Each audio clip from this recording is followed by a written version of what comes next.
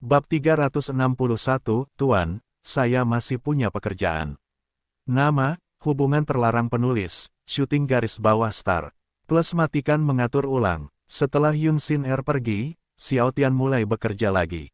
Waktu berlalu dengan cepat dan tanpa kusadari, sudah waktunya untuk pulang. Karena dia masih ingin berbaikan dengan Lin Xing Sue, Xiao Tian menuju kantornya dan mengetuk pintu. Tok, tok, tok. Masuk. Suara Lin Xing Sue terdengar dari balik pintu. Sue kecil, ayo pulang. Aku akan mengantarmu pulang, Xiao Tian berkata ketika dia berada di depannya. Lin Xing Sue, yang masih bekerja, menghentikan pekerjaannya dan menatap mata Xiao Tian. Dia tidak menjawab karena dia masih marah padanya. Sejak mereka putus, Xiao Tian selalu berusaha sebaik mungkin untuk berbaikan dan berbicara dengannya.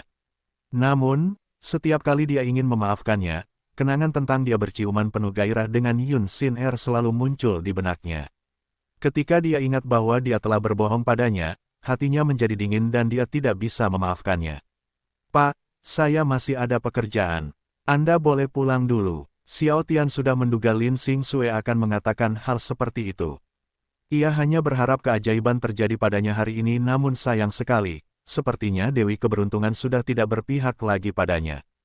Tentu saja, Xiao Tian tidak menyerah dan berusaha mengirimnya pulang agar dia bisa menghabiskan waktu bersamanya.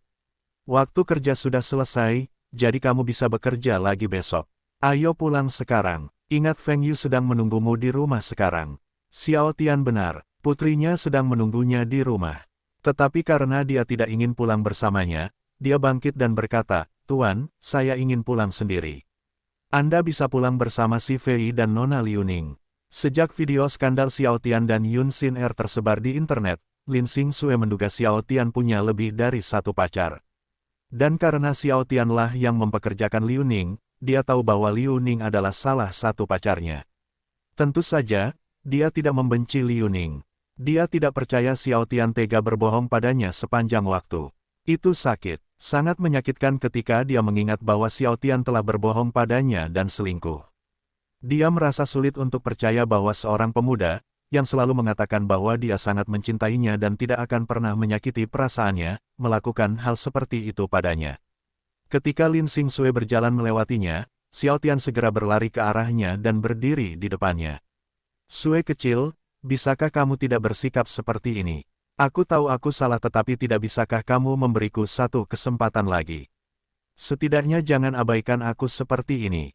Lin Xing Sue tidak senang ketika Xiao Tian memblokir jalan. Xiao Tian, menjauhlah. Aku ingin pulang. Mata Xiao Tian melebar karena terkejut. Ini adalah pertama kalinya Lin Xing Sue berbicara kepadanya dengan nada tinggi. Karena Xiao Tian tidak ingin membuatnya semakin marah, dia tidak punya pilihan selain menjauh darinya. Saat ini, Xiao Tian hanya bisa melihat Lin Xing Sue menjauh darinya. Setelah menarik napas dalam-dalam, Xiao Tian keluar dari kantor Lin Xing Sue, dan ekspresi kesedihan terlihat di wajahnya. Ketika Liu Ning dan si Fei melihat ekspresi Xiao Tian, mereka hanya bisa menghela nafas. Mereka telah mencoba merias Xiao Tian dan Lin Xing Sue tetapi semuanya sia-sia. Xiao Tian tidak punya pilihan selain pulang bersama Liu Ning dan si Fei. Dan seperti biasa, setelah Xiao Tian sampai di rumah, dia langsung berlatih bela diri. Xiao Tian melewatkan makan malam karena dia tidak ingin makan sendirian. Itulah mengapa Xiao Tian berlatih bela diri hingga pukul 23 sebelum akhirnya tidur. Keesokan paginya, Xiao Tian pergi ke perusahaannya untuk bekerja. Setelah bekerja sekitar 30 menit, Liang Jun datang ke perusahaannya. Pak, semua manajer toko sedang menunggu di perusahaan cabang 6. Karena Xiao Tian telah mempekerjakannya sebagai direktur, Liang Jun langsung bersikap seperti bawahan. Bagus. Xiao Tian bangkit dari tempat duduknya dan berkata, kamu tidak memberitahu mereka tentang identitasku, kan? Tidak Pak, jawab Liang Jun. Ayo ke toko topeng dulu. Karena Xiao Tian ingin menyembunyikan identitasnya, dia memutuskan untuk memakai topeng. Kemudian Xiao Tian dan Liang Jun pergi ke toko topeng.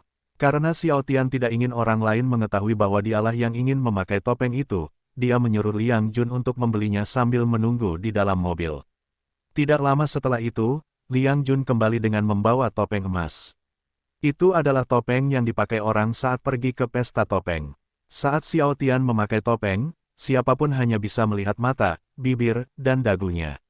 Pipi dan dahinya ditutupi topeng, jadi tidak ada yang tahu bahwa dia adalah Xiao Tian. Ayo pergi. Baiklah, jawab Liang Jun. Setelah beberapa menit berkendara, akhirnya mereka sampai di tempat tujuan. Bangunan itu sangat besar dan memiliki 3 lantai. Lantai pertama merupakan tempat pelanggan menunggu perawatan. Lantai 2 untuk ruang perawatan dan lantai 3 untuk ruang pertemuan dan kantor. Namun ketika Xiao Tian dan Liang Jun hendak memasuki ruang pertemuan, 2 penjaga keamanan menghentikan mereka. Pak, ini bukan tempat untuk pelanggan. Silakan tinggalkan lantai 3. Xiao Tian lalu melihat ke arah Liang Jun. Apakah semua orang yang bekerja di sini masih belum tahu siapa kamu? Maaf, Tuan, hanya manajer yang tahu tentang saya. Karyawan lain tidak tahu apa-apa tentang saya. Liang Jun hanya bertemu dengan manajer cabang sehingga karyawan lain tidak tahu siapa mereka. Liang Jun lupa memberitahu manajer cabang untuk memberitahu karyawan lain tentang mereka. Itulah mengapa hal seperti ini terjadi pada mereka. Xiao Tian hanya bisa menghela nafas. Karena dia tidak ingin menimbulkan masalah di perusahaannya, dia langsung berkata, "Saya King Feng, pemilik cabang perusahaan ini." Tentu saja, penjaga keamanan tidak mudah mempercayai kata-kata Xiao Tian. Karena Liang Jun tidak ingin membuat masalah di cabang perusahaan di pagi hari, dia langsung berkata, "Dia adalah Tuan King Feng, pemilik cabang perusahaan ini. Jangan menghalangi jalan kami karena kami akan mengadakan pertemuan sekarang." Penjaga keamanan tidak mendengarkan kata-katanya. Karena Xiao Tian memakai topeng, mereka curiga dia ingin menimbulkan masalah. Jadi salah satu penjaga keamanan berkata, "Tuan, silakan pergi atau kami tidak akan sopan lagi." Saat ini, Xiao Tian tidak marah karena dia tahu mengapa mereka mengatakan hal seperti itu. "Aku tahu ini pekerjaanmu tapi aku pemilik cabang perusahaan ini. Hubungi manajermu jika kamu tidak percaya padaku."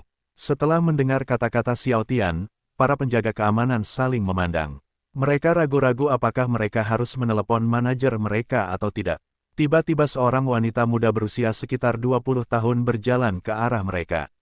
"Apa yang terjadi di sini?" Xiao Tian dan Liang Jun segera menoleh ke arah sumber suara.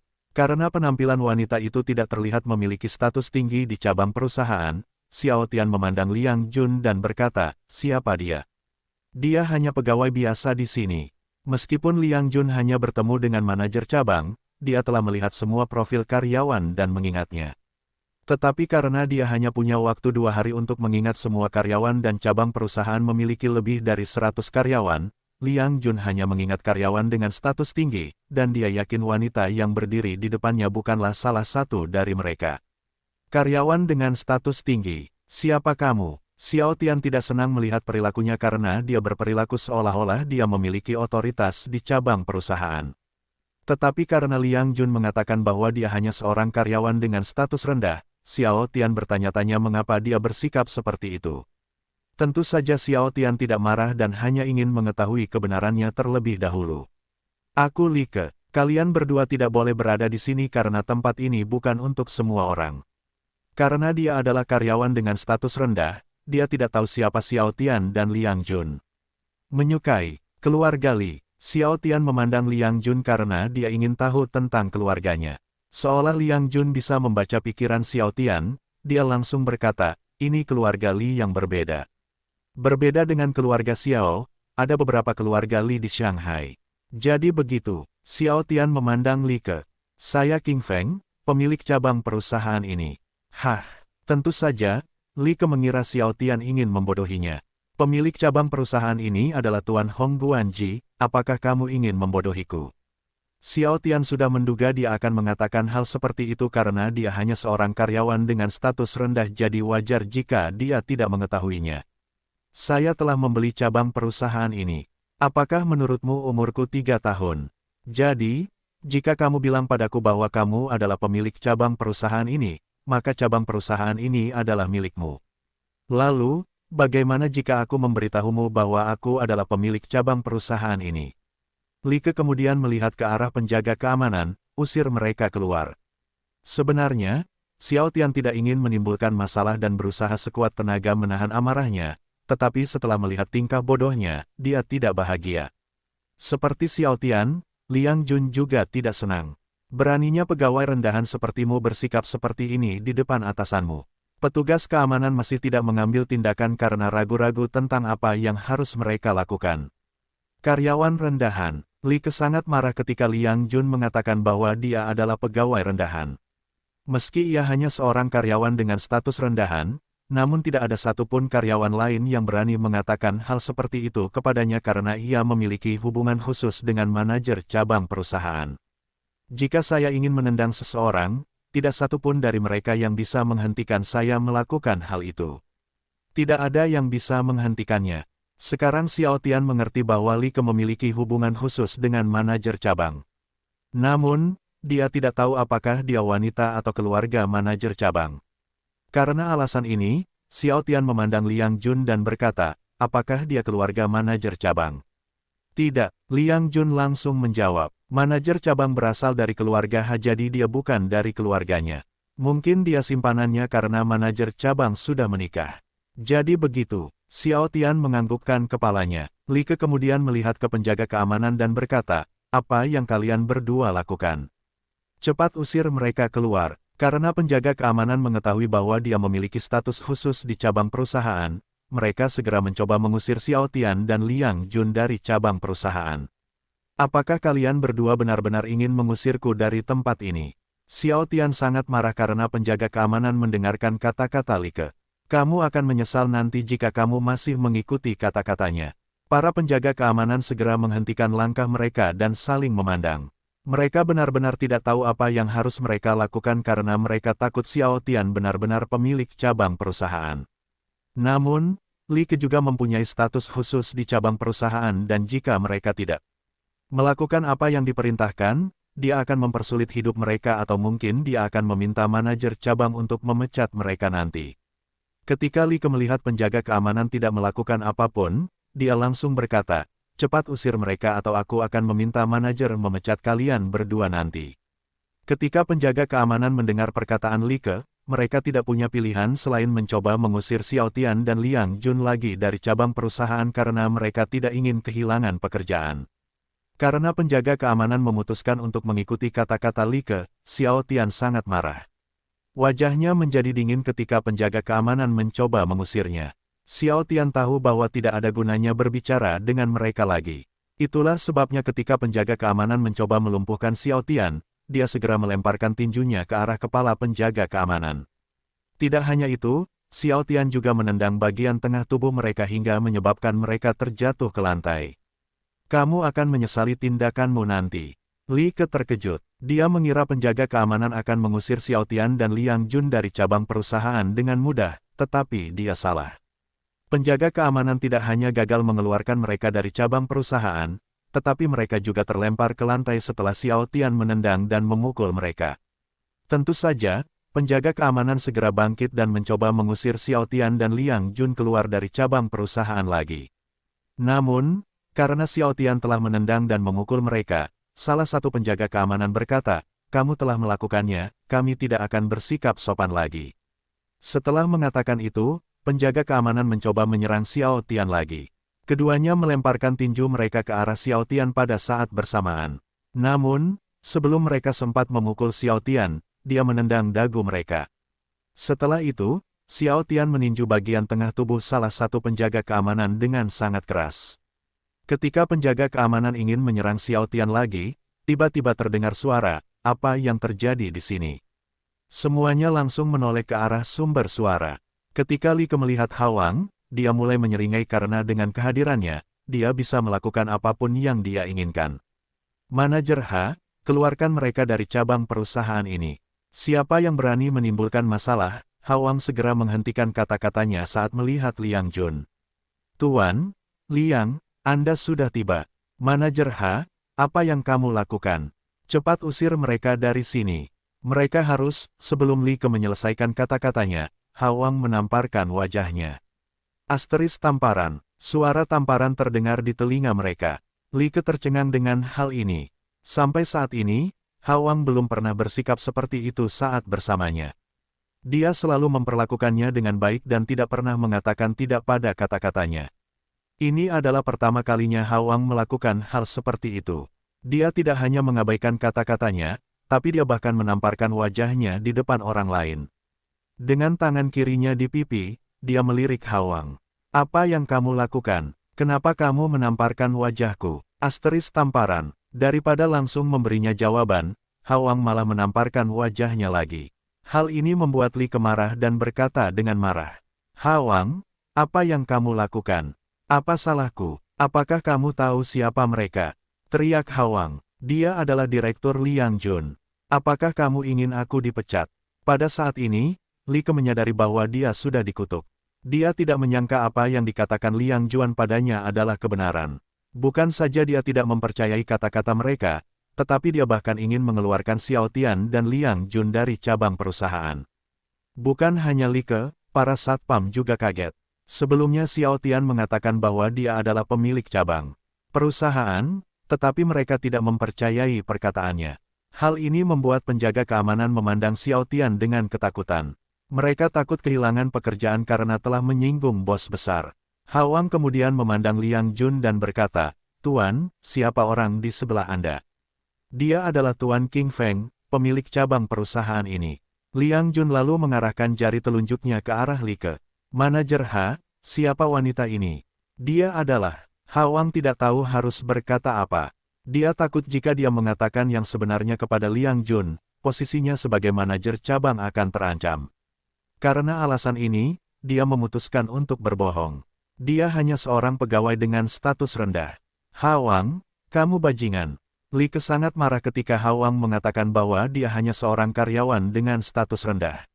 Mereka menjalin hubungan rahasia selama beberapa bulan dan dia selalu berkata bahwa dia akan melakukan apapun yang diinginkannya. Tadi malam ketika mereka tidur bersama, dia juga mengatakan bahwa dia akan memberi pelajaran kepada siapapun jika mereka berani menimbulkan masalah untuknya. Diam, jalang. Hawang berteriak pada Li. Hal itu terpaksa ia lakukan karena tidak ingin kehilangan pekerjaannya. Meski hanya seorang manajer cabang, namun karena dari perusahaan ternama, ia mendapat gaji yang tinggi. Asteris tamparan, Li menamparkan wajah Hawang dengan sangat keras. Biasanya Hawang selalu mengatakan bahwa dia cantik dan memiliki tubuh yang bagus.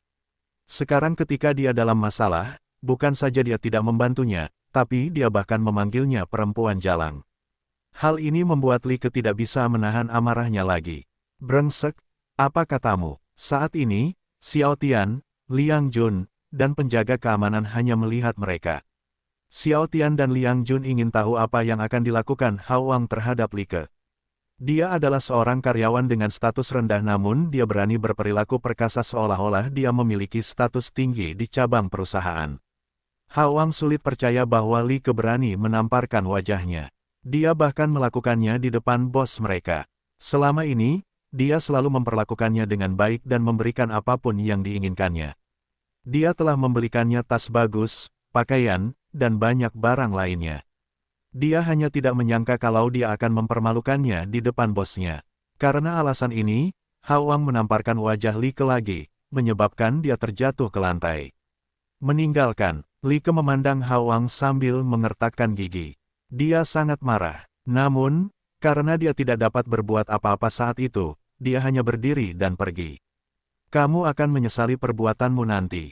Hawang tidak peduli dengan ancamannya dan segera menatap Xiao Tian. Tuan, ayo kita pergi ke ruang pertemuan. Xiao Tian memandang penjaga keamanan dan berkata dengan dingin, lain kali, gunakan kepalamu sebelum melakukan sesuatu. Kali ini, aku memaafkan kesalahanmu, tapi lain kali, kalian berdua akan menyesalinya. Ingat ini, ya, jawab satpam serempak. Mereka merasa lega ketika Xiao Tian tidak memecat mereka karena kesalahan mereka. Kemudian mereka menuju ke ruang pertemuan.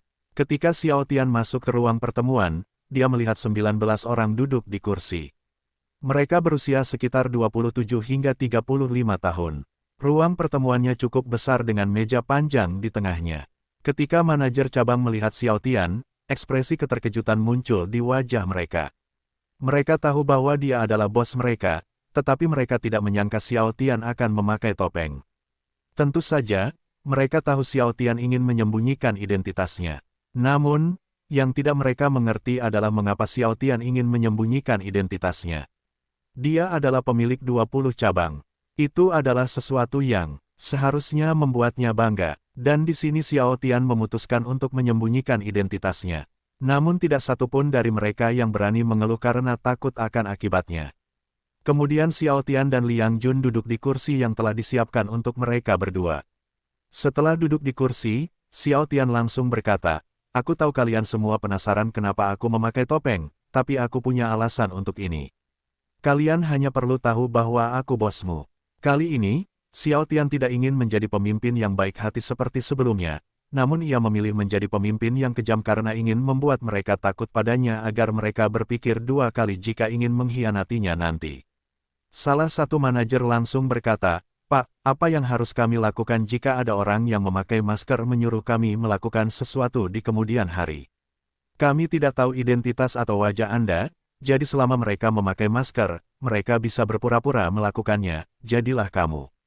Bukannya kami ingin memaksamu untuk menunjukkan wajahmu kepada kami, tapi kami hanya ingin tahu siapa bos kami." Pertanyaan bagus. Xiao Tian juga memiliki pemikiran yang sama. Ingat ini, setiap kali aku ingin kalian semua melakukan sesuatu, aku akan memberitahu Liang Jun karena dialah yang akan menceritakan semuanya padamu.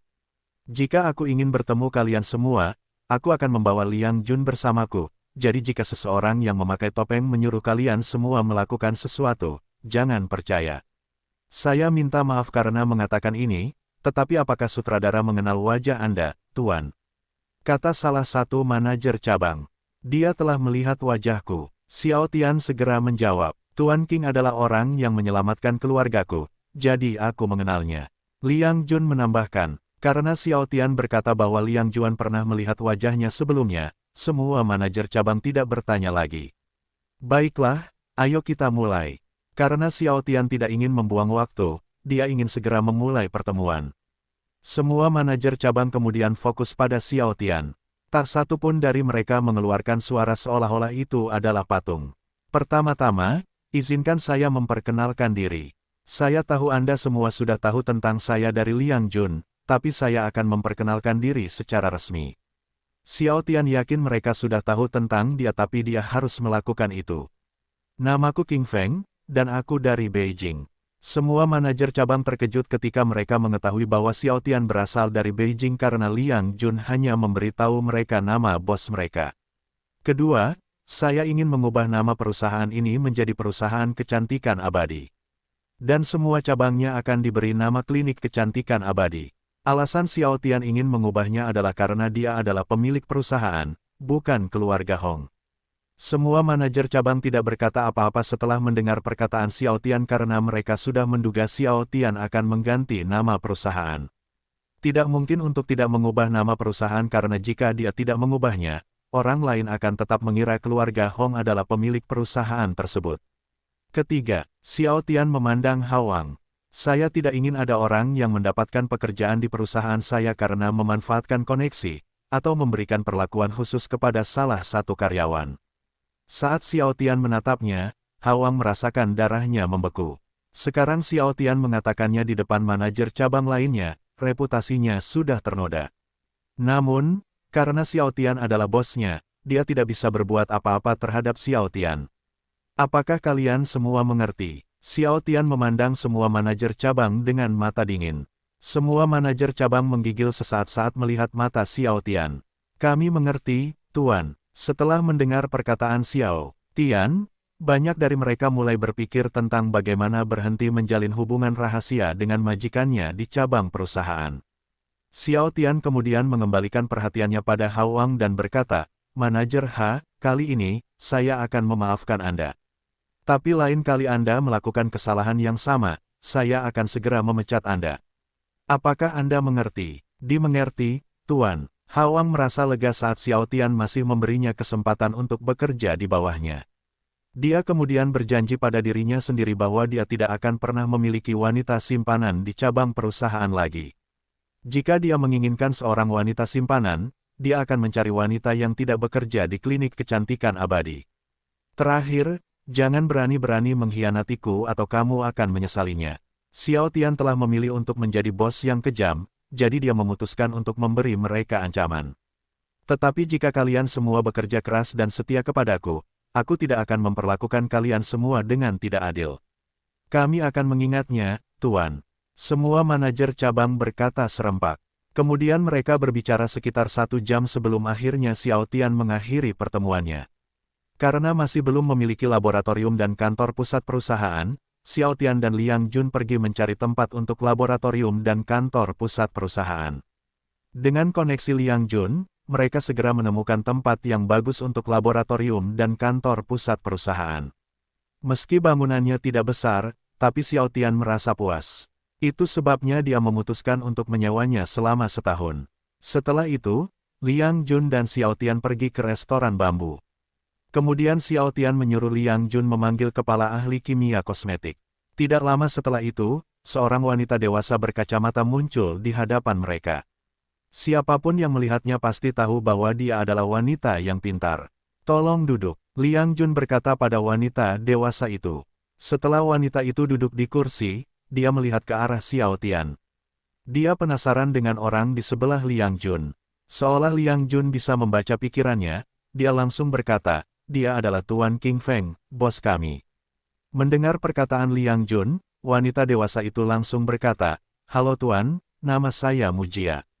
Senang bertemu dengan Anda, saya King Feng, jawab Xiao Tian.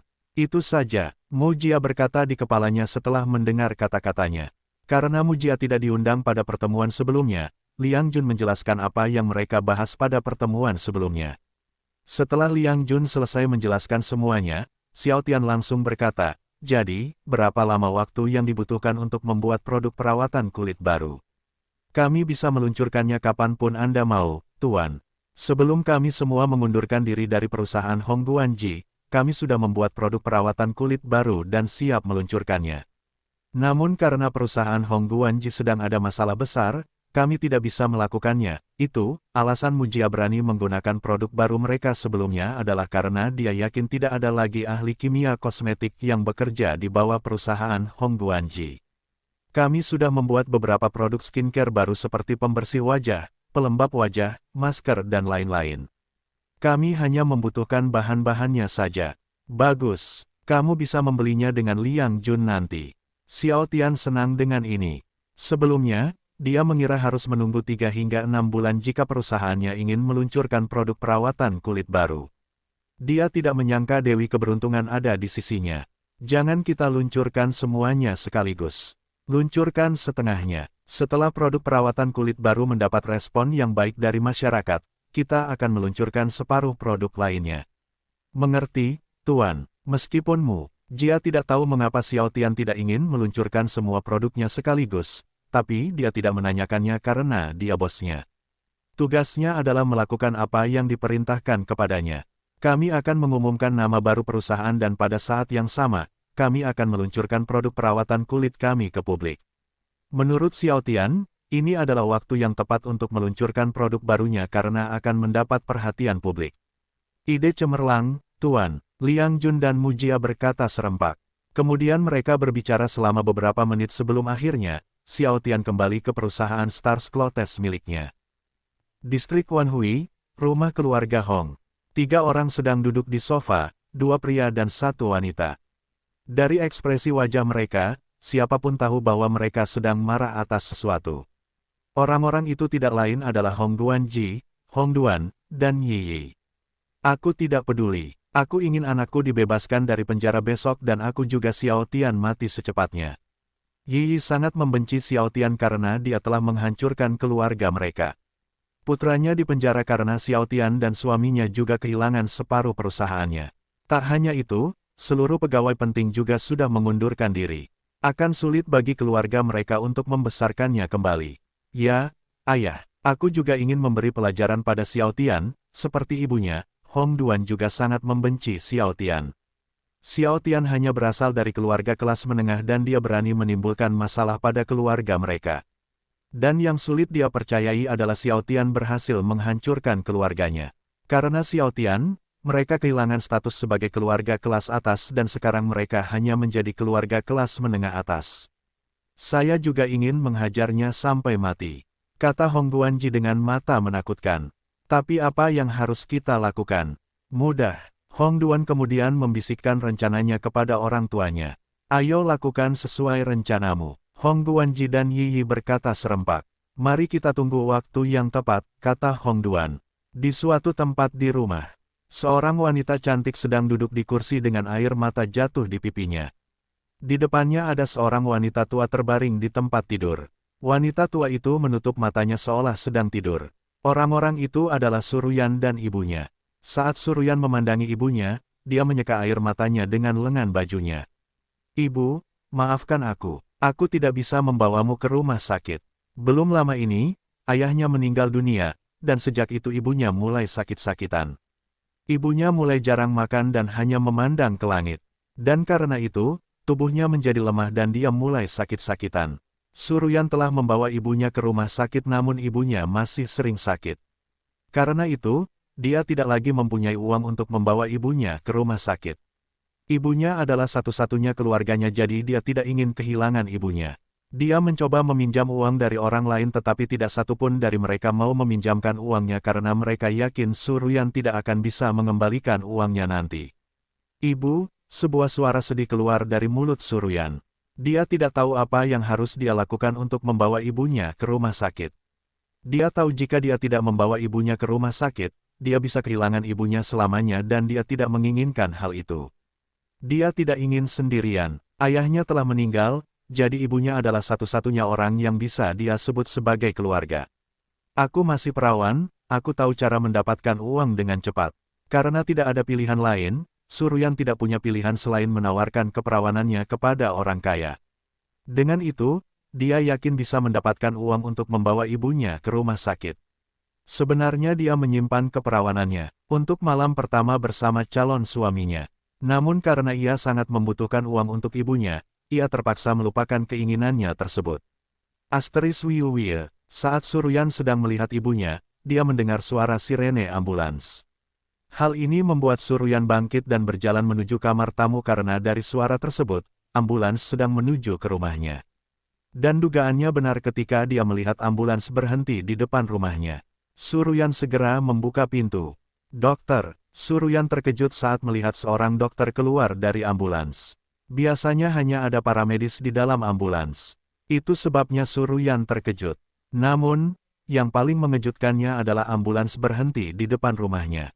Dia ingat bahwa dia tidak memanggil ambulans. Ketika Suruyan memikirkan mengapa ambulans berhenti di depan rumahnya, dokter berkata, apakah ini rumah Nona Suruyan? Mendengar perkataan dokter tersebut, Suruyan tersadar dan segera menjawab, ya. Saya Suruyan. Dokter, kenapa ambulan berhenti di depan rumahku? Aku tidak memanggil ambulans. Ada yang meminta kami datang ke rumahmu. Orang itu bilang ada yang sakit dan butuh perawatan. Dokter segera menjawab, di mana orang itu? Siapa? Suruyan ingin tahu siapa yang mengirim ambulans kepadanya. Karena Suruyan masih belum menjawabnya, dokter mengira dia harus membayar biaya pengobatannya nanti. Nona, Anda tidak perlu khawatir. Orang itu sudah membayar biaya pengobatannya. Dengan ini, dokter berharap Suruyan segera memberitahukan keberadaan pasiennya karena ingin segera merawat pasiennya. Orang itu adalah ibuku. Ikuti aku. Suruyan membawa dokter ke kamar ibunya. Setelah dokter memeriksa kondisi ibu Suruyan, ia langsung berkata, kami harus membawa ibumu ke rumah sakit. Kami tidak bisa merawatnya dengan peralatan medis yang terbatas. Baiklah, Suruyan menganggukkan kepalanya. Kemudian para medis memasukkan ibu Suruyan ke dalam ambulans. Saat mereka dalam perjalanan ke rumah sakit, Suruyan memandang ke dokter dan berkata, dokter, bisakah Anda memberitahu saya siapa orang yang membantu saya? Orang itu tidak menyebutkan namanya tapi dia punya pesan untukmu. Dokter tidak tahu mengapa orang itu tidak mau memberitahu mereka identitasnya. Namun karena orang tersebut sudah membayar biaya pengobatannya, mereka tidak peduli. Apa itu? Suruyan bertanya. Jangan ulangi kesalahan yang sama dan jagalah ibumu dengan baik. Jangan biarkan ibumu kecewa padamu. Sebenarnya dokter penasaran dengan hal itu. Namun, dia tidak menanyakannya karena itu bukan urusannya. Bos muda, meskipun Xiao Tian tidak memberitahu identitasnya kepada dokter, Suruyan tahu orang yang membantunya tidak lain adalah Xiao Tian. Dia tiba-tiba sangat menyesali tindakannya. Dia telah mengkhianatinya dan dia masih membantunya. Dia tidak menyangka orang yang menurutnya kejam adalah orang yang membantunya. Ingatan tiba-tiba saat dia berbicara dengan Xiao Tian muncul di kepalanya. Xiao Tian tidak pernah memperlakukan karyawannya dengan buruk, sebaliknya, dia selalu memperlakukan mereka dengan baik. Dia sangat menyesalinya. Dia menyesal mengkhianati Xiao Tian ketika dia mengalami banyak masalah besar. Jika dia bisa memutar waktu kembali, dia tidak akan mengkhianatinya. Terima kasih, bos muda. Tiba-tiba air mata jatuh di pipi lembutnya. Dengan ini, dia memutuskan untuk menemui Xiao Tian dan meminta maaf padanya besok. Apa yang salah? Dokter tercengang saat melihat air mata jatuh di pipinya. Itu sebabnya dia langsung bertanya padanya tentang hal itu. Tidak ada. Suruyan menyeka air matanya dengan lengan bajunya. Karena Suruyan tidak mau memberitahunya, dokter tidak menanyakannya lagi. Ponsel pintar Suruyan tiba-tiba berdering. Ketika dia melihat orang yang meneleponnya, dia langsung berkata, "Nona Lanruoxi, ada apa?" Setelah Lanruoxi mengirimnya ke rumah sakit beberapa hari yang lalu, mereka bertukar nomor telepon. Itu sebabnya Lanruoxi mengetahui nomor teleponnya. "Di mana kamu sekarang?" Lanruoxi bertanya. "Aku sedang dalam perjalanan ke rumahmu. Ayo bawa ibumu ke rumah sakit."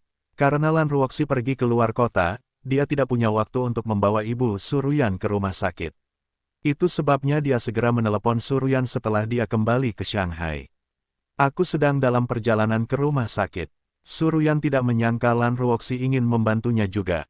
Lanruoxi sudah seperti bidadari baginya.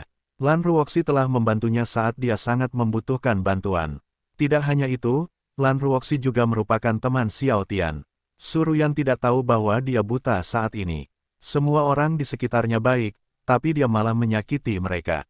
Oh, Lanruoxi terkejut setelah mendengar kata-kata Suruyan. Dia tahu Suruyan tidak punya uang untuk membawa ibunya ke rumah sakit, tetapi karena ini bukan waktu yang tepat untuk menanyakannya, dia tidak menanyakannya. "Kirimkan aku lokasinya nanti." "Baiklah," Suruyan langsung menjawab. Setelah ambulans tiba di rumah sakit, Suruyan segera mengirimkan lokasi rumah sakit ke Lanruoxi agar Lanruoxi bisa datang mengunjungi ibunya. Saat ini, Suruyan sedang duduk di kursi di ruang pasien. Setelah dokter memberikan pengobatan pada ibunya, dokter tersebut langsung pergi. Tapi Suruyan tidak mau pulang. Itu sebabnya dia duduk di sebelah ibunya. Ia senang karena akhirnya ibunya bisa mendapatkan pengobatan. Tidak lama setelah itu, Lanruoxi tiba di rumah sakit. Setelah menanyakan Suruyan di kamar mana ibu Suruyan dirawat, Lanruoxi berjalan ke sana. Ketika Lanruoxi masuk ke ruang pasien, dia melihat Suruyan menatap ibunya dengan ekspresi sedih di wajahnya. "Suruyan, bagaimana kabar ibumu?" Ketika Suruyan mendengar suara Lanruoxi, dia menoleh ke arah Lanruoxi dan berkata, "Nona Lanruoxi, ibuku baik-baik saja." Dokter berkata bahwa dia perlu dirawat di rumah sakit selama beberapa hari sebelum ibuku bisa pulang. "Mari kita bicara di luar." Karena Lanruoxi tidak ingin mengganggu ibu Suruyan, dia menyarankan untuk berbicara di luar kamar pasien. "Baiklah." Suruyan bangkit dari tempat duduknya dan keluar dari ruang pasien. Kemudian Lanruoxi dan Suruyan duduk di kursi di depan ruang pasien. "Apakah kamu meminjam uang dari seseorang?" Karena dia tahu Suruyan tidak punya uang, Lanruoxi mengira Suruyan meminjam uang dari seseorang. Lanruoxi takut orang itu akan memanfaatkan situasi Suruyan. Itu sebabnya dia ingin tahu dari mana Suruyan punya uang untuk membawa ibunya ke rumah sakit. "Tidak," Suruyan menggelengkan kepalanya. "Bos muda Xiao lah yang membantuku." "Apa?" Lanruoxi merasa sulit mempercayai apa yang dia dengar. Xiao Tian adalah orang yang ingin memotong lengan Suruyan beberapa hari yang lalu. Dan di sini, Suruyan berkata bahwa Xiao Tian lah yang membantunya. Tentu saja Lanruoxi senang dengan ini karena, dengan ini, dia tahu bahwa Xiao Tian masih memiliki sisi baik dalam dirinya. "Saya juga tidak menyangka Bos Xiao akan membantu saya hari ini. Saya akan menemuinya besok untuk meminta maaf padanya." Suruyan tahu bahwa Lanruoxi terkejut setelah mendengar kata-katanya karena sebelumnya, dia juga terkejut. "Mari kita temui dia bersama besok," kata Lanruoxi. "Baiklah." Suruyan menganggukkan kepalanya. Tanda hubung tanda hubung tanda hubung tanda hubung tanda hubung tanda hubung tanda hubung tanda hubung tanda hubung tanda hubung tanda hubung tanda hubung. Rumah Xiao Tian. Saat ini, Xiao Tian sedang berbaring di atas rumput. Di tangan kanannya ada pedang kayu. Setelah sampai di rumah, Xiao Tian segera menuju ke halaman belakang untuk berlatih bela diri. "Entah kenapa aku tiba-tiba ingin membantunya. Mungkin karena aku tiba-tiba teringat pada ibuku, tentu saja, Xiao Tian tidak memikirkan ibu di kehidupannya saat ini, tetapi ibu di kehidupan sebelumnya. Dia sendiri juga terkejut ketika memutuskan untuk membantu Suruyan. Dia adalah orang yang mengkhianatinya, tetapi setelah memikirkan alasan mengapa dia mengkhianatinya, Xiao Tian tidak membencinya seperti ketika dia mengetahui bahwa dia mengkhianatinya. Lupakan saja, aku harus berlatih bela diri lagi. Akhir-akhir ini, Xiao Tian selalu berlatih bela diri karena ibu dan bibinya masih tidak mau berbicara dengannya. Ayo kita coba jurus rahasianya. Karena Xiao Tian berpikir bahwa dia cukup kuat untuk mempelajari jurus rahasianya, dia ingin mencobanya. Xiao Tian kemudian mencoba fokus dan mengatur nafasnya. Karena dia tidak cukup kuat untuk melakukan teknik rahasia kedua, Xiao Tian mencoba melakukan jurus rahasia pertama. Kemudian Xiao Tian bergerak zigzag sebelum mengubahnya menjadi pola gerakan X. Setiap gerakan, Xiao Tian mengayunkan pedang kayunya 3 kali sehingga ketika dia menyelesaikan gerakan rahasianya, Xiao Tian telah mengayunkan pedangnya 21 kali. Hufet, hufet, hufet, Xiao Tian masih belum bisa mengendalikan nafasnya setelah melakukan jurus rahasia. Tidak hanya itu, dia juga merasa telah menghabiskan hampir separuh energinya. Ini masih belum cukup, Xiao Tian tidak senang dengan ini. Jika dia melakukan jurus rahasia dan lawannya dapat menghindari serangan tersebut atau masih berdiri, dia akan berada dalam situasi berbahaya. Karena tubuh ini tidak dilatih sejak kecil, aku masih belum bisa mengendalikan nafasku. Xiao Tian berbaring di rumput sambil melihat ke langit. Aku perlu berlatih lagi. Xiao Tian bangkit dan berlatih seni bela diri lagi. Malam itu, Xiao Tian berlatih jurus rahasia pertama berkali-kali, dan setiap kali dia melakukannya, gerakan dan serangannya menjadi lebih baik. Mari kita akhiri di sini untuk hari ini. Xiao Tian kemudian pergi ke kamar mandi untuk mandi. Setelah itu, Xiao Tian tidur di kamarnya. Keesokan paginya, Xiao Tian segera berangkat ke perusahaannya. Yang mengejutkannya, ketika dia keluar dari mobil, dia melihat Lan Ruoxi dan Suruyan. Kemudian Xiao Tian berjalan ke arah mereka dan berbicara kepada Suruyan dengan dingin, "Apa yang kamu lakukan di sini?" Ketika Xiao Tian berada di depannya, Suruyan membungkuk sedikit dan berkata, "Bos muda, terima kasih telah membantu saya." "Aku bukan bosmu." Setelah mengatakan itu, Xiao Tian berjalan menuju kantornya. Ketika Lan Ruoxi menyadarinya, dia segera berlari mengejarnya dan berdiri di depannya. "Tuan muda Xiao, apakah kamu masih marah?" Suruyan juga berlari menuju Xiao Tian dan berdiri di depannya. Dia tidak marah dengan kelakuan Xiao Tian. "Apa yang kalian berdua lakukan di sini?" Xiao Tian bertanya. "Jika kamu hanya ingin mengucapkan terima kasih, aku tidak membutuhkannya." Lan Ruoxi menutup mulutnya dan terkikik. "Hehe. Kamu bertingkah seperti ini tetapi kamu tetap membantu Suruyan. Aku bertanya-tanya mengapa kamu memutuskan untuk membantunya." Xiao Tian tidak menjawabnya dan hanya menatapnya sebelum akhirnya berjalan menuju kantornya lagi. Dan seperti sebelumnya, Lan Ruoxi mengikutinya. Dia sangat ingin tahu mengapa Xiao Tian memutuskan untuk membantu Suruyan karena dia pikir dia tidak akan melakukan itu. Karena Lan Ruoxi dan Suruyan terus mengikutinya, Xiao Tian menghentikan langkahnya dan berbalik. "Berhenti mengikutiku. Sudah kubilang aku tidak butuh rasa terima kasihmu." "Kami tahu." Lan Ruoxi lalu meraih tangan Xiao Tian. "Ayo pergi ke kantormu." Xiao Tian memandang mereka selama 3 detik sebelum berjalan menuju kantornya lagi. Setelah mereka masuk ke kantornya, Xiao Tian, Suruyan dan Lan Ruoxi duduk di sofa. "Sekarang kita sudah berada di kantorku, kalian berdua bisa memberitahuku alasan kenapa kalian ingin bertemu denganku." Xiao Tian mengira Lan Ruoxi dan Suruyan tidak datang hanya untuk berterima kasih padanya tetapi mereka juga membutuhkan sesuatu darinya. "Tuan muda Xiao, karena kamu telah membantunya, bisakah kamu melakukan satu hal lagi?" Karena Xiao Tian tahu bahwa mereka juga membutuhkan sesuatu darinya, Lan Ruoxi tidak berusaha menyangkalnya. Dan apa yang dia duga ternyata benar setelah mendengar kata-kata Lan Ruoxi. "Apa itu? Bisakah kamu membersihkan namanya? Aku ingin kamu memberitahu karyawanmu yang lain bahwa dia mengundurkan diri, bukan karena kamu memecatnya." Lan Ruoxi langsung ke pokok permasalahan. "Saya sudah melakukannya, kemarin Xiao Tian menyuruh si Fei pergi ke Stars Shop. Dia ingin karyawan lain tahu bahwa Suruyan telah mengundurkan diri dari pekerjaannya, bukan karena dia mengkhianatinya." Tentu saja, Xiao Tian juga memberitahu karyawan lainnya bahwa Tang Yaxin telah mengkhianatinya dan dipenjara. Dia ingin karyawannya tahu bahwa akan ada konsekuensi besar jika mereka berani mengkhianatinya. Benar-benar, Lan Ruoxi terkejut setelah mendengar kata-katanya. Dia tidak menyangka Xiao Tian akan melakukan hal seperti itu. Dengan ini, Lan Ruoxi yakin Xiao Tian masih memiliki hati yang baik. Terima kasih banyak, bos muda. Suruyan kembali menunjukkan rasa terima kasihnya kepada Xiao Tian. Dia tidak menyangka Xiao Tian akan membersihkan namanya setelah apa yang dia lakukan padanya.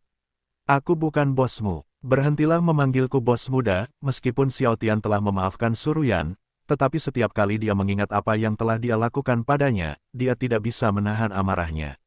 Tuan muda Xiao, meskipun kamu tetap tampan dengan sikap dinginmu, tapi kamu lebih tampan ketika kamu tersenyum. Lan Ruoxi berkata sambil menyentuh dagu Xiao Tian dengan jari telunjuk kanannya. Xiao Tian meraih tangannya dan berkata, aku tidak bisa. Sebelum Xiao Tian menyelesaikan kata-katanya, ponsel cerdasnya tiba-tiba berdering. Ketika dia melihat siapa orang yang memanggilnya, dia langsung berdiri dan berjalan keluar kantor. Apa yang salah, Tuan? Keluarga Dan Ren ingin bertemu dengan Anda. Mereka ingin berinvestasi pada produk perawatan kulit kami. Liang Jun langsung ke pokok permasalahan. Saya akan segera ke sana. Tentu saja Xiao Tian akan segera menemui mereka karena memiliki investor sebelum meluncurkan produknya adalah hal yang baik. Kemudian Xiao Tian memasuki kantornya lagi. Aku harus pergi sekarang. Kalian berdua juga harus pergi. Karena Xiao Tian punya pekerjaan, Lan Ruoxi dan Suruyan pergi. Mereka tidak ingin mengganggunya atau dia akan marah lagi kepada mereka. Ketika Xiao Tian sedang berjalan menuju mobilnya, Lin Xingxue tiba-tiba berlari mengejarnya. Tuan, tunggu. Xiao Tian menghentikan langkahnya dan berbalik. Ada apa? Saya ingin meminta izin untuk pulang lebih awal hari ini. Saya harus pergi ke sekolah putri saya karena ada pertemuan orang tua hari ini. Lin Xingxue langsung ke pokok permasalahan. Kamu boleh berangkat lebih awal hari ini, jawab Xiao Tian. Biarkan aku mengirimmu ke sekolah putrimu. Tidak, Lin Xingxue menggelengkan kepalanya. Aku akan pergi sendiri. Xiao Tian tahu bahwa dia tidak akan bisa mengubah pikirannya, jadi dia tidak memaksanya dan berjalan menuju tempat parkir. Setelah berkendara beberapa menit, Xiao Tian akhirnya sampai di perusahaan kecantikan abadi. Ketika Xiao Tian melangkah ke ruang tunggu, dia melihat Liang Jun duduk bersama dua pria parubaya. Ketika Dan Yaozu dan Ren Zemin melihat seorang pemuda bertopeng memasuki ruang tunggu, mereka segera bangkit. Liang Jun mengatakan kepada mereka bahwa bosnya ingin merahasiakan identitasnya. Liang Jun juga memberitahu mereka bahwa bosnya adalah seorang pemuda bertopeng. Karena itu, mereka langsung berdiri saat melihat Xiao Tian. Mereka tidak bertanya mengapa Xiao Tian ingin merahasiakan identitasnya karena mereka yakin Xiao Tian punya alasan untuk itu. Dan Yaozu mengulurkan tangan kanannya untuk berjabat tangan dengan Xiao Tian dan tersenyum. Halo Tuan King, nama saya Dan Yaozu. Xiao Tian juga mengulurkan tangan kanannya untuk berjabat tangan dengan Dan Yaozu. Halo Tuan Dan, saya King Feng. Setelah itu, Ren Zemin juga memperkenalkan dirinya. Halo Tuan King, saya Ren Zemin. Meskipun Xiao Tian lebih muda dari mereka, mereka tetap berperilaku sopan. Halo, Tuan Ren. Saya King Feng, jawab Xiao Tian. Mari kita bicara di kantorku. Ini bukan tempat yang tepat untuk kita bicara. Baiklah. Dan Yaozu dan Ren Zemin pun sepakat bahwa ruang tunggu bukanlah tempat yang tepat untuk berdiskusi bisnis. Setelah memasuki kantor Xiao Tian, Liang Jun, Ren Zemin, dan Yaozu dan Xiao Tian duduk di sofa. Seperti kantornya di perusahaan Stars Clothes, kantor Xiao Tian sederhana saja. Yang ada hanya meja kerja, kursi kantor, sofa, dan pohon-pohon kecil yang diletakkan di setiap sudut kantornya. Di kantor Xiao Tian, mereka mendiskusikan produk, target penjual, dan hal lainnya. Mereka berbicara selama beberapa menit sebelum akhirnya Xiao Tian mengundang mereka makan di suatu tempat. Awalnya, Xiao Tian ingin membawa mereka ke restoran bambu, tetapi setelah berpikir beberapa detik, dia memutuskan untuk tidak melakukan itu. Mereka memutuskan untuk makan di restoran dekat Yuan Mall karena lokasi perusahaannya tidak jauh dari Yuan Mall. Saat mereka berjalan di sekitar Yuan Mall untuk mencari tempat makan, Xiao Tian tiba-tiba melihat Lin Xingxue dan Feng Yu berjalan bersama. Tanpa disadari, Wajah Xiao Tian tersenyum saat melihat mereka. Xiao Tian senang dan sedih saat melihat senyum Lin Xingxue. Dia sangat merindukan senyuman dan sikap lembutnya terhadapnya, tapi dia tahu bahwa dia masih marah padanya. Saat Xiao Tian sedang melihat mereka, tiba-tiba sesuatu yang besar terjadi. Terjadi perampokan toko. Perampok itu mencuri di toko perhiasan. Perampok berhasil mencuri perhiasan namun saat hendak melarikan diri, petugas mengetahui perbuatannya. Itu sebabnya dia mencoba melarikan diri. Namun karena petugas berteriak keras-keras mengatakan ada perampok, banyak orang yang berusaha menangkap perampok tersebut. Ketika perampok mengetahui bahwa dia tidak dapat melarikan diri, dia berpikir dia perlu menyandera seseorang agar dia dapat melarikan diri nanti. Kemudian perampok itu mengambil pisaunya dan mulai mencari sandera. Secara kebetulan, Lin Xingxue dan Feng Yu adalah orang yang paling dekat dengannya. Ketika dia mengira Lin Xingxue adalah orang yang tepat untuk disandera, perampok itu segera meraih tangan Lin Xingxue dan meletakkan pisau di lehernya. "Jangan bergerak, atau aku akan membunuh wanita ini." "Ibu!" Feng Yu berteriak ketika dia melihat perampok itu menyandera ibunya. "Panggil polisi, sialan. Aku akan menelepon polisi, brengsek. Cepat panggil polisi. Di mana satpamnya?" "Tunggu, anak muda, jangan sakiti wanita itu. Kami tidak akan bergerak." "Ya itu betul. Lepaskan dia dan kami akan melepaskanmu." "Ya itu betul." Satu demi satu orang mulai meminta perampok itu untuk tidak menyakiti Lin Xingxue. Memang benar mereka ingin menangkap perampok itu tetapi mereka juga tidak ingin perampok itu menyakiti Lin Xingxue. Oleh karena itu, mereka mencoba berbicara dengan perampok tersebut. "Apakah menurutmu aku bodoh?" Tentu saja perampok itu tidak akan mempercayai perkataan mereka. Dia bahkan yakin mereka akan segera menangkapnya jika dia melepaskannya. Pada saat ini, ada seseorang yang melihat perampok dengan nyala api amarah di matanya. Orang itu tidak lain adalah Xiao Tian. Xiao Tian sangat marah saat mengetahui Lin Xingxue disandera oleh perampok. Ada perampok di siang hari.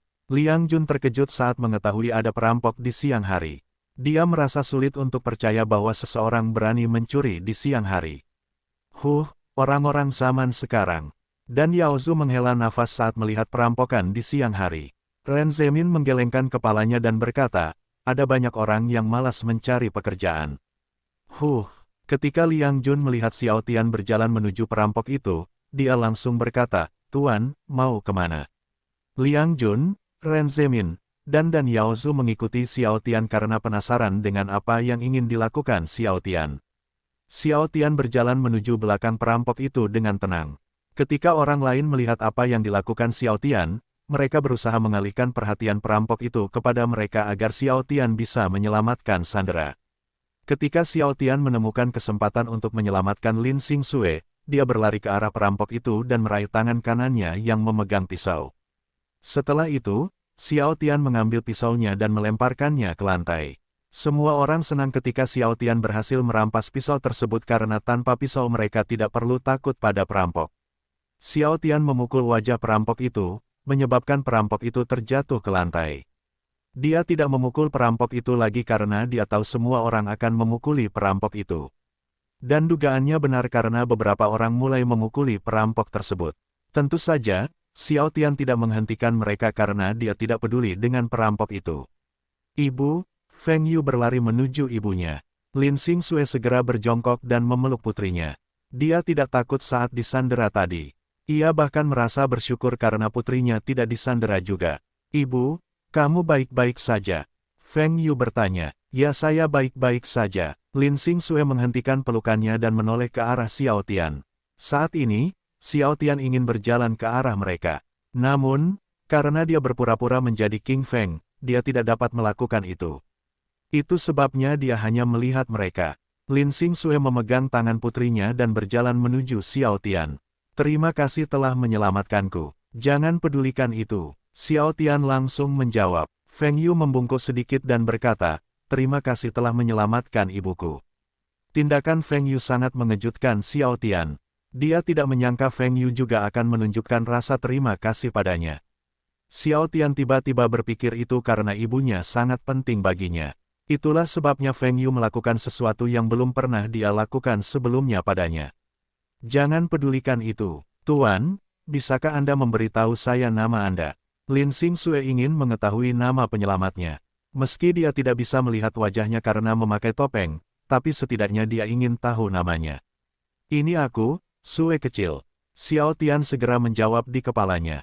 Tentu saja, Xiao Tian tidak mengatakannya karena dia sekarang berpura-pura menjadi King Feng, bukan Xiao Tian. Namaku King Feng. Lin Xingxue membungkuk sedikit dan berkata, saya Lin Xingxue. Sekali lagi, terima kasih telah menyelamatkan saya sebelumnya. Meskipun Feng Yu tidak mengatakan sepatah kata pun lagi, tetapi ketika Lin Xingxue membungkuk sedikit, dia juga melakukan hal yang sama. Saat ini, Liang Jun, dan Yao Zhu, dan Ren Zemin berjalan menuju Xiao Tian. Mereka tidak menyangka Xiao Tian akan menyelamatkan Lin Xingxue dari perampok. Tidak hanya itu, dari gerakan Xiao Tian sebelumnya, mereka percaya bahwa Xiao Tian mengetahui beberapa seni bela diri. Tuan, apakah Anda baik-baik saja? Liang Jun bertanya saat dia sudah berada di depan Xiao Tian.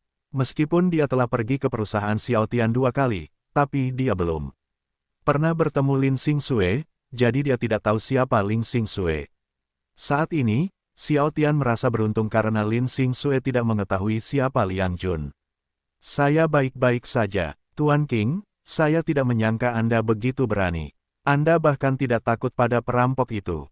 Dan Yao Zhu lalu menoleh ke arah Ren Zemin. Benarkah, Tuan Ren? Ya, kamu bahkan berhasil menyelamatkan wanita ini. Ren Zemin menambahkan, Nona, karena kamu baik-baik saja sekarang, kami berangkat dulu, karena Xiao Tian berpura-pura menjadi King Feng, dia memutuskan untuk pergi. Tidak baik jika dia mencoba mendekatinya pada pertemuan pertama mereka. Tuan Ren, Tuan Dan, Liang Jun, ayo pergi. Lalu Xiao Tian dan yang lainnya pergi. Xiao Tian, Liang Jun, dan Yao Zhu, dan Ren Zemin pergi ke restoran terdekat untuk makan. Seperti sebelumnya, mereka berbicara selama beberapa menit sebelum akhirnya pergi. Setelah itu, Xiao Tian tidak kembali ke perusahaannya, malahan dia pulang ke rumah karena ingin berlatih silat lagi. Xiao Tian ingin menguasai jurus rahasia pertama, agar dia bisa segera mempelajari jurus kedua. Saat itu masih pukul 13, jadi dia sendirian di rumah. Yah, meski ibu dan bibinya ada di rumah, tidak ada yang berbeda karena mereka tetap tidak mau berbicara dengannya. Karena mereka tidak berperilaku seperti orang dewasa, Xiao Tian juga berhenti mencoba berbicara dengan mereka dan fokus berlatih seni bela diri. Hari itu, Xiao Tian berlatih bela diri hingga pukul 20 sebelum akhirnya mandi dan pergi ke rumah si Fei. Tanda hubung tanda hubung tanda hubung tanda hubung tanda hubung tanda hubung tanda hubung tanda hubung tanda hubung tanda hubung tanda hubung tanda hubung. Tok, tok, tok. Xiao Tian mengetuk pintu. Setelah pintu terbuka, si Fei dan Liu Ning muncul. Saat Xiao Tian melihat mereka, perlahan ekspresi dinginnya berubah menjadi ekspresi lembut. Ninger, Fei, apakah kalian berdua ingin pergi ke suatu tempat? Si Fei dan Liu Ning sangat terkejut ketika Xiao Tian ingin membawa mereka ke suatu tempat. Tentu saja mereka menyetujui idenya. Kemana kamu mau pergi? Si Fei bertanya. Aku tidak tahu. Sebelumnya, Xiao Tian hanya ingin menghabiskan waktu bersama mereka di rumah tetapi tiba-tiba dia ingin pergi ke suatu tempat bersama mereka. Itu sebabnya dia tidak tahu kemana mereka harus pergi. Aku akan membiarkan kalian berdua memilih kemana kita akan pergi. Si Fei menoleh ke arah Liu Ning dan bertanya, kemana kita harus pergi? Apakah kamu punya rencana? Liu Ning menyentuh dagunya dan mulai memikirkannya. Bagaimana kalau kita pergi ke Stars Hill? Si Fei tiba-tiba teringat saat dia pergi ke Stars Hill bersama Xiao Tian terakhir kali. Ide bagus. Karena si Fei dan Liu Ning telah memutuskan kemana mereka harus pergi, Xiao Tian menyetujuinya. Kalian berdua mau ganti baju dulu atau tidak? Kita ganti baju dulu. Liu Ning dan si Fei berkata serempak. Mereka akan berkencan dengan orang yang mereka cintai, jadi wajar saja jika mereka ingin membuat mereka terlihat cantik di hadapannya. Baiklah, Xiao Tian menganggukkan kepalanya. Saat si Fei dan Liu Ning sedang berganti pakaian, Xiao Tian menunggu di ruang tamu. Dia duduk di sofa dan menonton TV karena dia tahu butuh waktu lama bagi mereka untuk berganti pakaian. Tentu saja, Xiao Tian tidak mempermasalahkannya karena dia tahu mereka ingin terlihat cantik di matanya. Itulah mengapa Xiao Tian menonton TV sambil menunggu dengan sabar. 30 menit kemudian, si Fei dan Liu Ning keluar dari kamar mereka. Si Fei lalu berdiri di depan Xiao Tian sambil melakukan pose seksi. Bagaimana menurutmu, adik kecil? Seksi. Xiao Tian langsung menjawab sebelum menoleh ke arah Liu Ning karena dia pikir Liu Ning akan melakukan hal yang sama. Ketika Xiao Tian memandangnya, Liu Ning tahu apa yang ada dalam pikirannya, jadi dia segera berkata, saya tidak akan melakukan hal seperti itu. Baiklah, karena Liu Ning tidak ingin menunjukkan pose seksi, Xiao Tian tidak memaksanya. Sebelumnya, Liu Ning mengira Xiao Tian akan memintanya melakukan pose seksi tapi dia salah. Kamu tidak mau memintaku melakukan pose seksi. Tidak, Xiao Tian menggelengkan kepalanya. Karena kamu tidak mau melakukan itu, aku tidak akan memaksamu melakukannya. Liu Ning dan Si Fei saling memandang sebelum menghela nafas. Karena haremnya berantakan, Su Ruyan dan Tang Yaxin mengkhianatinya, dan banyak hal lainnya, Xiao Tian tidak pernah mencoba merayu mereka lagi. Ayo pergi, kata Xiao Tian. Kemudian mereka pergi ke Bukit Bintang. Karena terletak di distrik Wanhui, mereka membutuhkan waktu lebih dari 1 jam untuk mencapai Bukit Bintang. Setelah parkir dan keluar dari mobil, Si Fei segera memeluk lengan kiri Xiao Tian dan berkata, ayo pergi. Karena Si Fei memeluk lengan kirinya, Xiao Tian menoleh ke arah Liu Ning dan mengulurkan lengan kanannya. Ninger, kamu bisa memeluk lengan kananku. Ayo jalan sambil bergandengan tangan. Liu Ning menunduk dan berjalan menuju Xiao Tian sebelum akhirnya bergandengan tangan dengan Xiao Tian. Ini adalah pertama kalinya dia berkencan bersama Si Fei dan Xiao Tian di waktu yang sama. Tak hanya itu, mereka bahkan bergandengan tangan sambil berjalan. Tentu saja dia tidak membencinya. Dia hanya merasa malu. Ketika Xiao Tian melihat Liu Ning terus menundukkan kepalanya, dia langsung berkata, Ninger, apakah kamu merasa malu menjadi wanitaku? Setelah mendengar kata-kata Xiao Tian, Liu Ning mengangkat kepalanya dan menatapnya sebelum menggelengkan kepalanya. Tidak, jadi, kenapa kamu menundukkan kepalamu? Xiao Tian tahu bagaimana perasaannya tetapi dia juga ingin dia merasa bangga menjadi wanitanya karena suatu hari nanti, dia akan membuat semua wanita berharap mereka berada di tempatnya. Maaf, Liu Ning menyadari bahwa tindakannya membuat Xiao Tian sedih. Karena alasan ini, Liu Ning tidak menundukkan kepalanya lagi. Tidak apa-apa, Xiao Tian tidak marah padanya, terutama saat dia melihat ekspresinya. Jika kamu merasa malu, aku baik-baik saja jika kamu tidak mau berjalan sambil bergandengan tangan. Tidak, Liu Ning memeluk lengan kanannya lebih erat. Aku ingin berjalan sambil memeluk lenganmu. Xiao Tian mencium kening Liu Ning dan berkata, kamu tidak perlu memikirkan orang lain. Benar, Ning, jangan malu-malu. Bayangkan saja orang lain menyukai udara, suatu hari nanti. Kamu akan membuat orang lain iri padamu karena adik laki-laki akan menjadi orang penting di seluruh Tiongkok. Si Fei kemudian memandang Xiao Tian. Benarkah, adik kecil? Ya, itu mimpiku, kata Xiao Tian. Si Fei kemudian mengembalikan perhatiannya pada Liu Ning dan berkata, apakah kamu mendengar itu, Ning? Tidak, Liu Ning menganggukkan kepalanya. Kemudian mereka berjalan menuju bangku kayu yang kosong agar bisa menikmati indahnya malam sambil duduk. Wow, lihat orang itu. Ada seorang wanita di kedua sisinya dan mereka juga memeluk lengannya. Aku sangat iri padanya. Lihat wanita di sebelah kirinya, dia seksi sekali. Apakah dia seorang model? Mungkin, tapi aku lebih suka wanita di sebelah kanannya. Dia cantik sekali. Astaga, kuharap aku ada di tempatnya. Aku akan mati dengan senyuman di senyumanku jika ada wanita seksi dan cantik di sisiku seperti itu. Boom! Aku bahkan tidak peduli jika aku hanya diberi waktu 10 hari lagi untuk hidup jika aku bisa bermalam bersama wanita seperti mereka. Wanita cantik di sisi kanannya dan wanita seksi di sisi lain. Apa yang dia lakukan di kehidupan masa lalunya? Perbuatan baik apa yang dia lakukan di kehidupan sebelumnya? Aku ingin melakukan itu juga agar aku bisa memiliki kecantikan dan wanita seksi di sisiku di kehidupanku selanjutnya. Boom, kamu ngiler, bersihkan, menjijikkan. Diam, hei, bukankah dia Xiao Tian? Ya, dan aku tidak peduli. Aku hanya ingin melihat wanita cantik dan seksi. Ketika Xiao Tian mendengar itu, dia hanya melihat mereka. Selama mereka tidak melakukan apapun terhadap mereka, dia tidak akan melakukan apapun juga. Saat ini, Xiao Tian, Si Fei, dan Liu Ning sedang duduk di bangku kayu. Di tangan kanannya ada jagung bakar. Mereka menikmati pemandangan indah sambil memakan jagung bakar. Kelap-kelip lampu di bawah, bintang-bintang yang bersinar di atas, dan gedung-gedung tinggi menciptakan suasana santai bagi mereka. Karena Xiao Tian sedang duduk dengan seorang wanita dan cantik di kedua sisinya, siapapun yang melihat mereka selalu mencuri pandang. Mereka iri pada Xiao Tian dan berharap mereka berada di tempatnya. Menikmati malam yang indah bersama wanita seksi dan cantik merupakan salah satu momen yang paling diimpikan oleh pria di seluruh dunia. Dari yang muda hingga yang tua selalu mencuri pandang ke arahnya. Tentu saja mereka tahu siapa Xiao Tian. Mereka hanya tidak menyangka bahwa Xiao Tian juga seorang playboy. Dia bahkan tidak peduli dengan citranya dan pergi berkencan dengan para wanitanya. Ada yang menggigit jari telunjuk sambil menatap Xiao Tian, ada yang mengertakkan gigi karena iri pada Xiao Tian, dan ada pula yang berdoa kepada Tuhan, berharap suatu hari nanti mereka bisa memiliki wanita cantik dan seksi di keduanya, sisi mereka.